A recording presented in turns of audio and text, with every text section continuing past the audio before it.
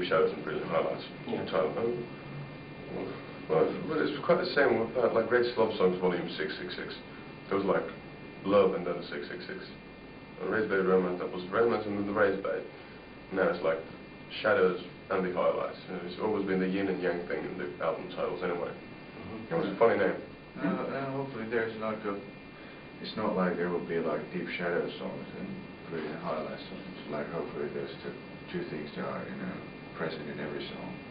So therefore I don't think it's that, you know, it has ballads and that thing or whatever. Deep shadows or brilliant highlights. You know what I mean?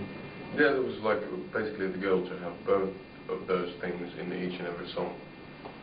You know, rather than having a shadow song and a highlight song. You know, rather trying to incorporate both of those things, that there would be some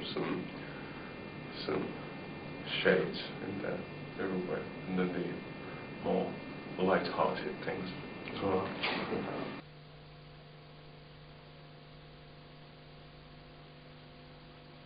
Oh, fascinating.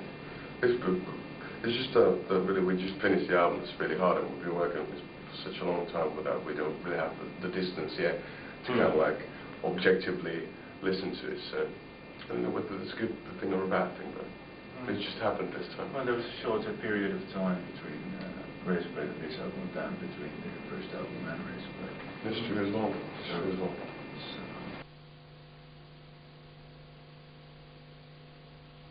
I kind of wanted to be a bit more straightforward, like straight to the point.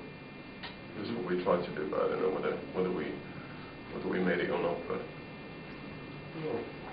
listen to more rock music than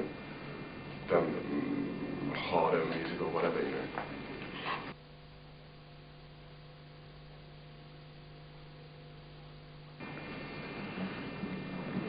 I think it's the groove matches maybe.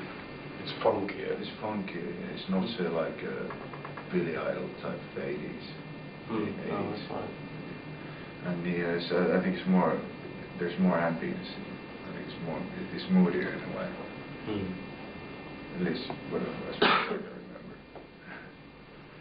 Hopefully it's a bit warmer, not so cold.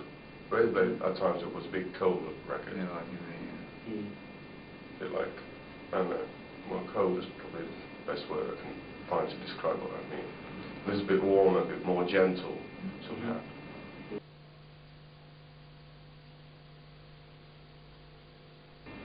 Razor Blade Kiss and I Love You, that one. I Love You is pretty cold. Way it was produced and way it happened. So really like that. Didn't go with the flow. Not enough dynamics on the album. And that's one thing that which I like about new stuff, that there is, you know, there can be easygoing parts in hard songs. So it's not just kind of like a rock song, then a ballad, or like a really hard rocker and then like medium rocker or whatever. We'd rather try to have all of those emotions in one track, you know.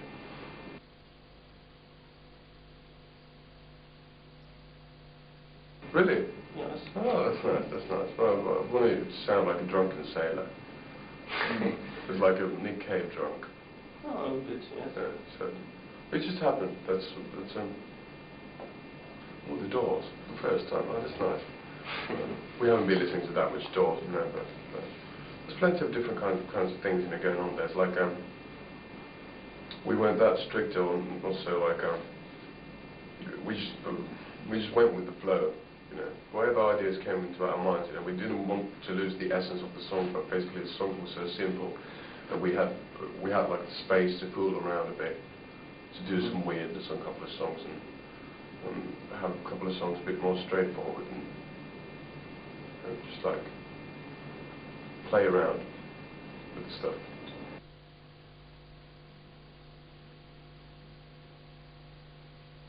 Well, it depends what we shoot. I kind of find it as dark, the new stuff as well. It's just about, you know, well, like for me, for example, like Neil Young's Needle and the Damage Done is a lot more gothic than the Merry Thoughts, Chant Down Babylon, or whatever Chant was the song called. Anyway, you know, It's not about that. It's about mood, creating the mood. It's not about having drum machines or having that 80s kind of guitar sound or singing really low. You know, that doesn't, for me, that doesn't make the music dark or non-dark. They're just like elements usually in that genre of music. But there's different kinds of dark things going on in there. For me, it's emotionally a lot more deeper, the new stuff. It's not so vain. It's more. Well, it's hard to say basically, but it's hard to talk about these things specifically. But I find like Close to the Flame being really moody,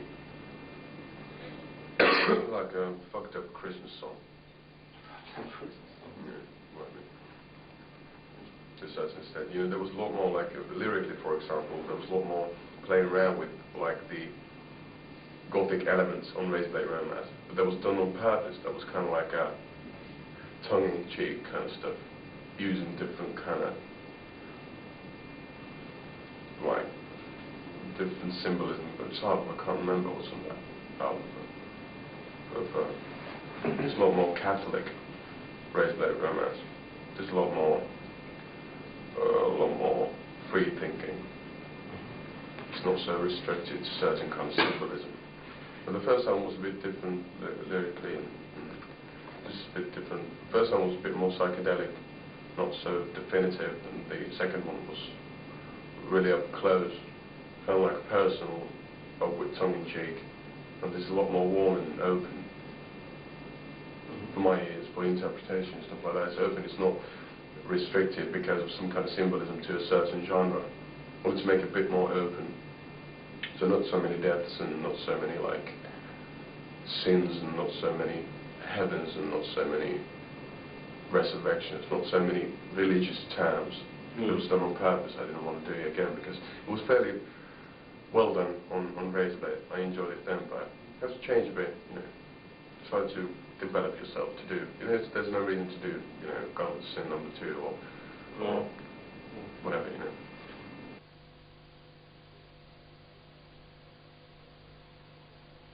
Melancholic person. Yeah, every Finnish males and females are melancholic to a certain extent, yeah. Sure.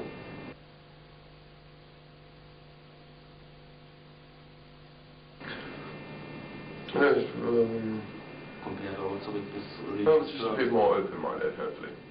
Hopefully that's been changing. That's been changing in music as well. It's a bit more open-minded. It's a bit more truthful. There's not so many masks. If people don't like it, you know, then we can't do anything about it. But I feel really comfortable in what we're doing at the moment.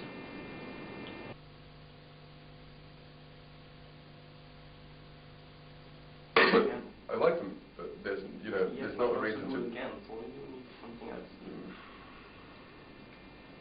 More like incorporating, like the American pops nonsense into Finnish melancholy tradition of poetry. That was what we tried to do. You know, there's like stupid things, clearly stupid things, but in the context they work. That's what we tried to do. There's kind of a couple of good things and a couple of. So like how should I put it? You know what I mean? Yeah. Oh, you haven't been listening, okay. Yeah, you can put it that way. I wasn't like totally following. It's like, you know, AC/DC doing Charles Baudelaire. Those kind It's of like things. using those cliches, but in different spots than the Americans. Not to use them. So everybody has opinion about, you know, if you have a, for example, you say heartache every moment. Everybody's got opinion about heartache. You know that it's like a cliche type of thing to say, but if you put it in a different context, a different place, which you might have been. Again, we sound like Spinal Tap. Yeah, you might have explained it already because I was in my own thoughts.